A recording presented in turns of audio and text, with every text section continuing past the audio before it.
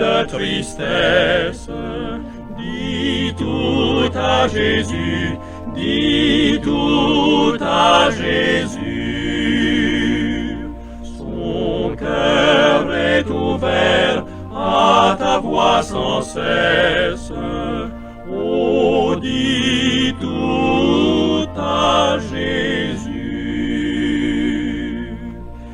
Dis tout à Jésus. Oh, dis-lui tout. Combien son accueil est doux. Il peut comprendre, il aime à t'entendre. Dis-lui simplement tout. Il voit tes yeux rougis par les larmes. Dis tout à Jésus, dis tout à Jésus. Il connaît ton cœur, il sait tes alarmes. Oh, dis tout à Jésus. Dis tout à Jésus. Oh, dis-lui tout. Combien son accueil est doux. Il peut comprendre, il aime à t'entendre. Dis-lui simplement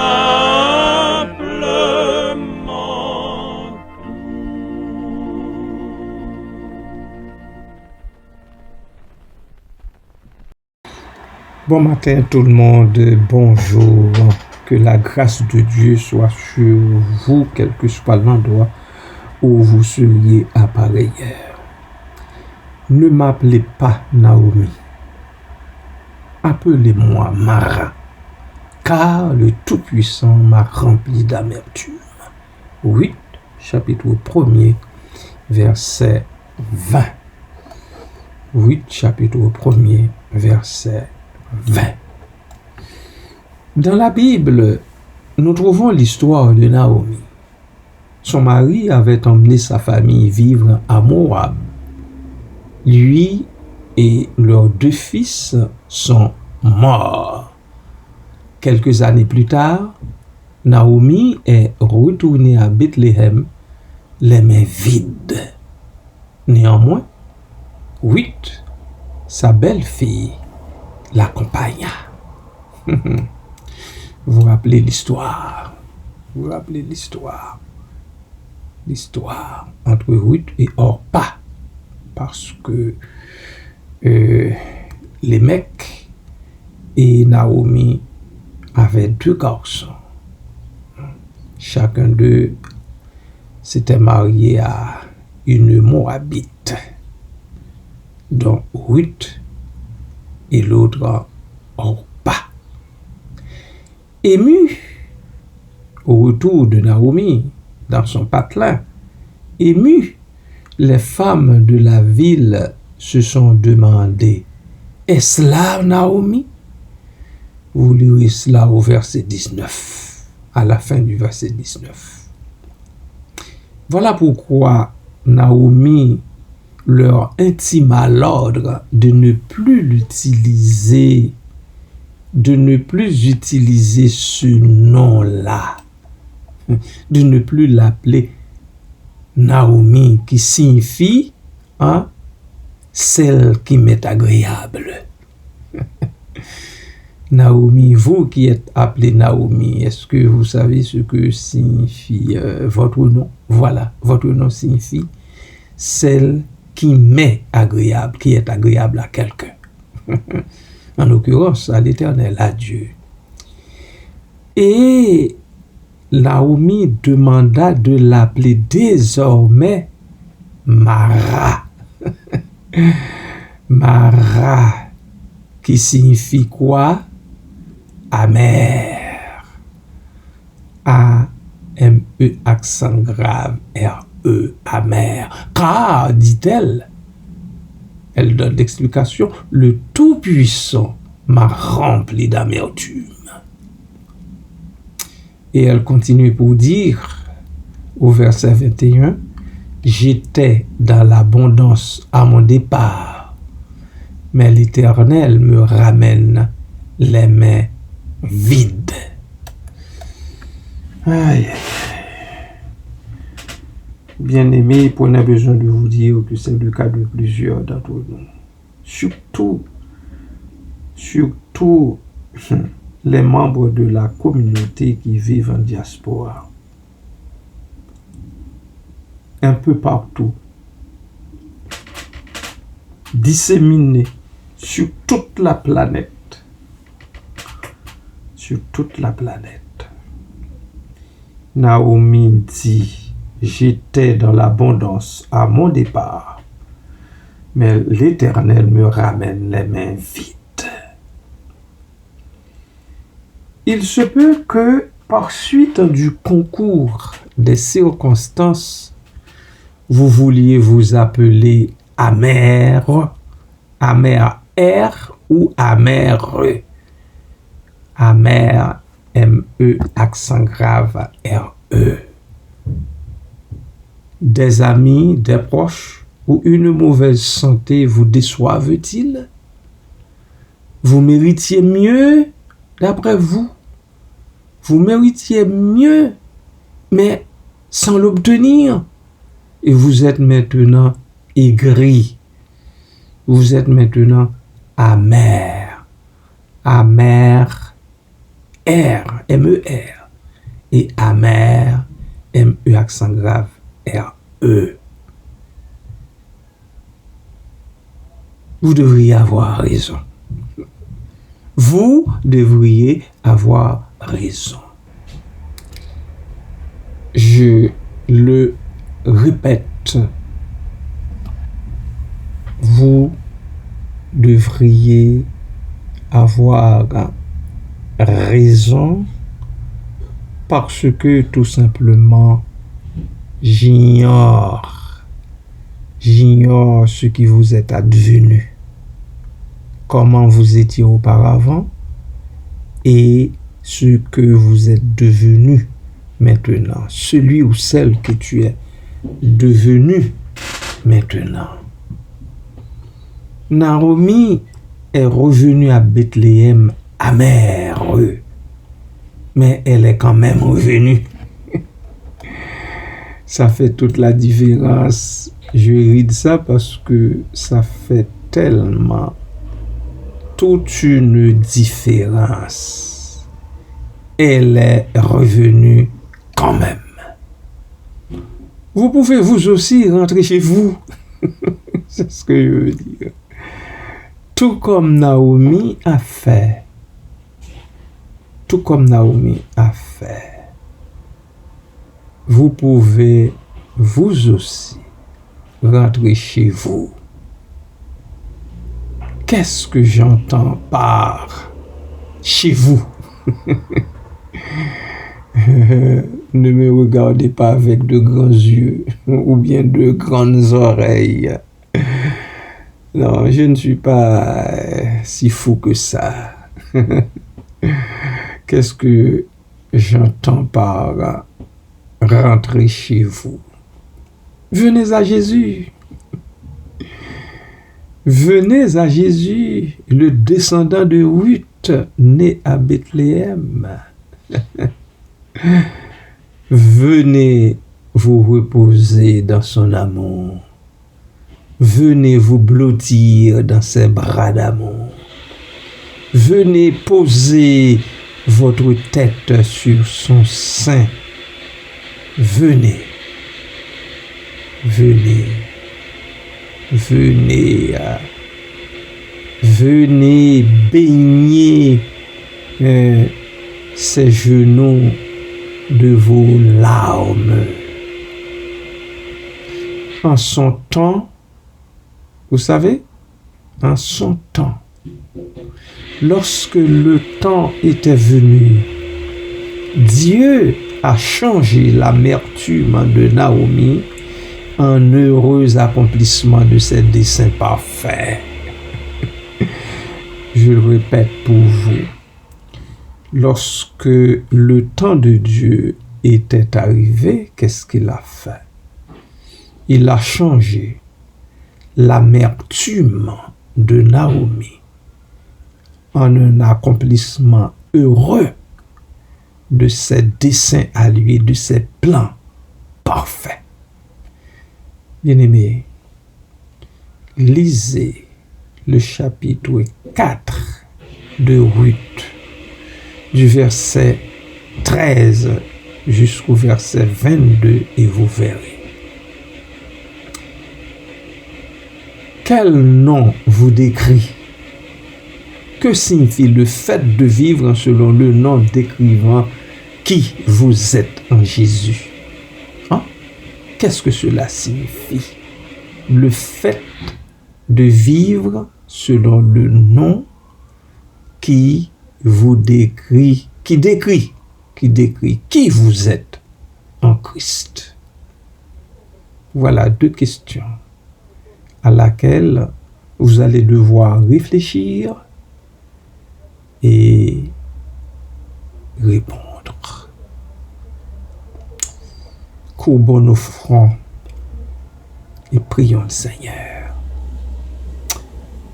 Père éternel, Dieu 3 fois saint, merci infiniment du fait que dans ta grâce, tu as ouvert les yeux de beaucoup. Tu as ouvert les yeux de plusieurs des humains afin qu'ils rentrent à la maison pour trouver repos en ton Fils en Jésus. C'est ce que tu as fait. Tu l'as fait toi-même. Parce que toute bonne chose vient de toi et de toi seulement. Nous, les humains, ne sommes pas suffisamment intelligents pour penser à rentrer à la maison, hein? À la maison, à notre maison paternelle, pour trouver le repos dont nous avons besoin en son Fils. Merci Seigneur pour les quelques-uns que nous sommes. Les quelques-uns que nous sommes. Merci de nous faire la grâce de rentrer en nous-mêmes et de retourner à la maison du Père en son Fils Jésus-Christ.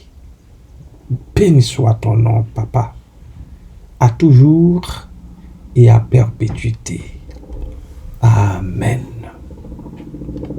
Merci Seigneur.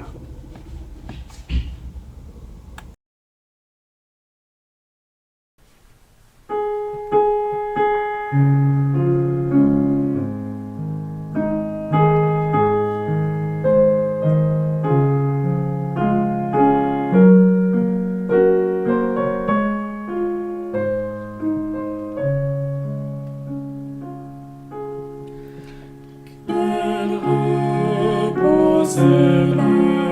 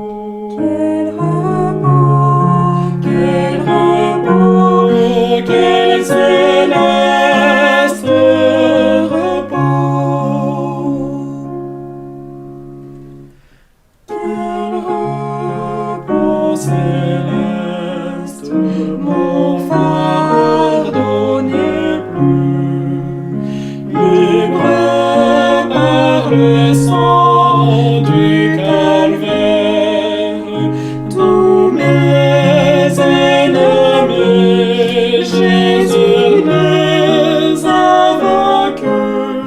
Gloire et louange à Dieu notre Père. Quel repos, quel repos, quel repos, quel repos, quel repos, quel céleste repos. Quel repos céleste, tu conduis mes pas, tu me combles de tes richesses, dans ton grand amour, chaque jour tu sauras déployer envers moi tes tendresses. Quel repos, quel repos, quel repos, quel repos, quel céleste repos. Quel repos céleste, quand enfin, Seigneur, auprès de toi j'aurai ma place. Après les travaux, les combats, la douleur, à jamais je pourrai voir ta face. Quel repos, quel repos, quel repos, quel repos, quel repos, quel céleste repos.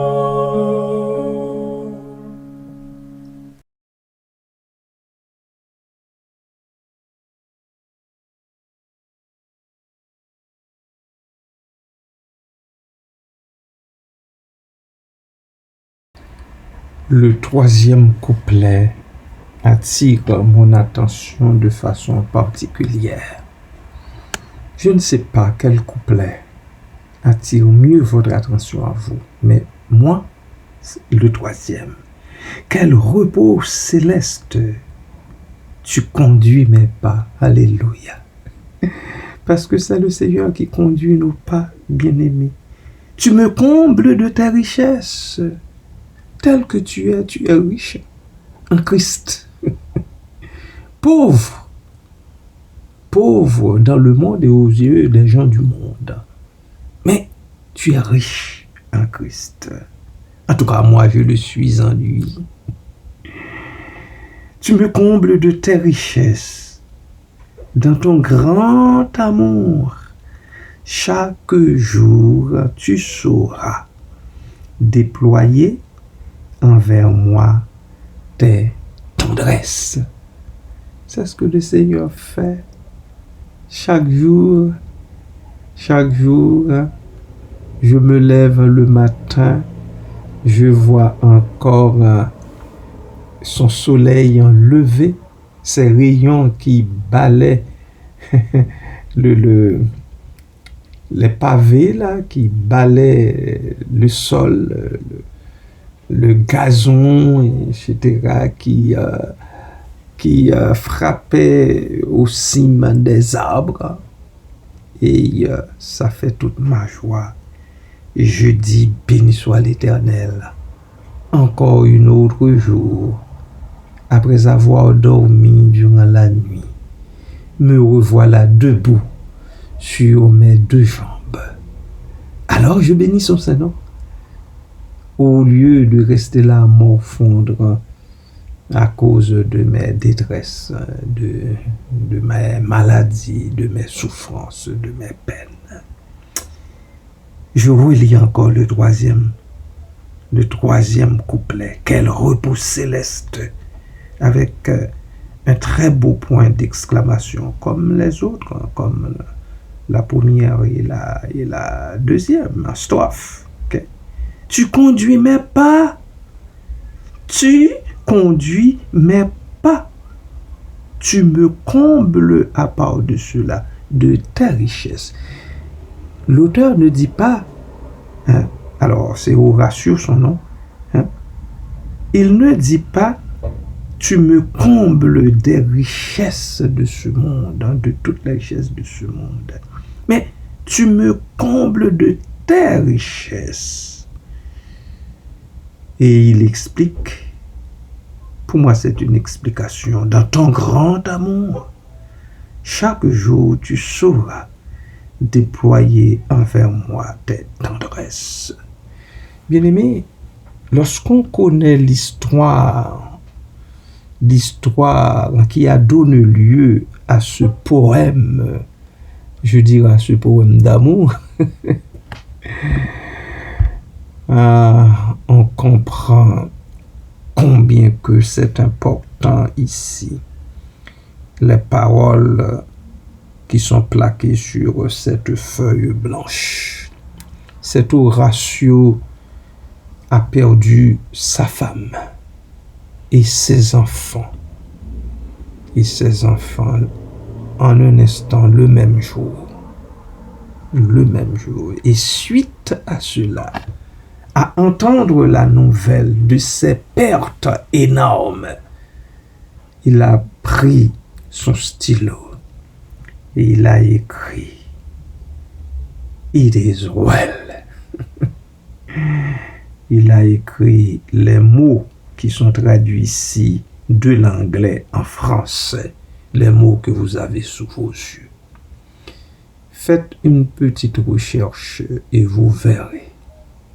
Et vous verrez d'où nous sont venues les paroles écrites ici. Que le Seigneur vous bénisse jusqu'au fort de votre détresse, de votre tristesse, de vos épreuves, dans vos maladies, de toutes les sortes. Bien-aimés du Seigneur. Amen.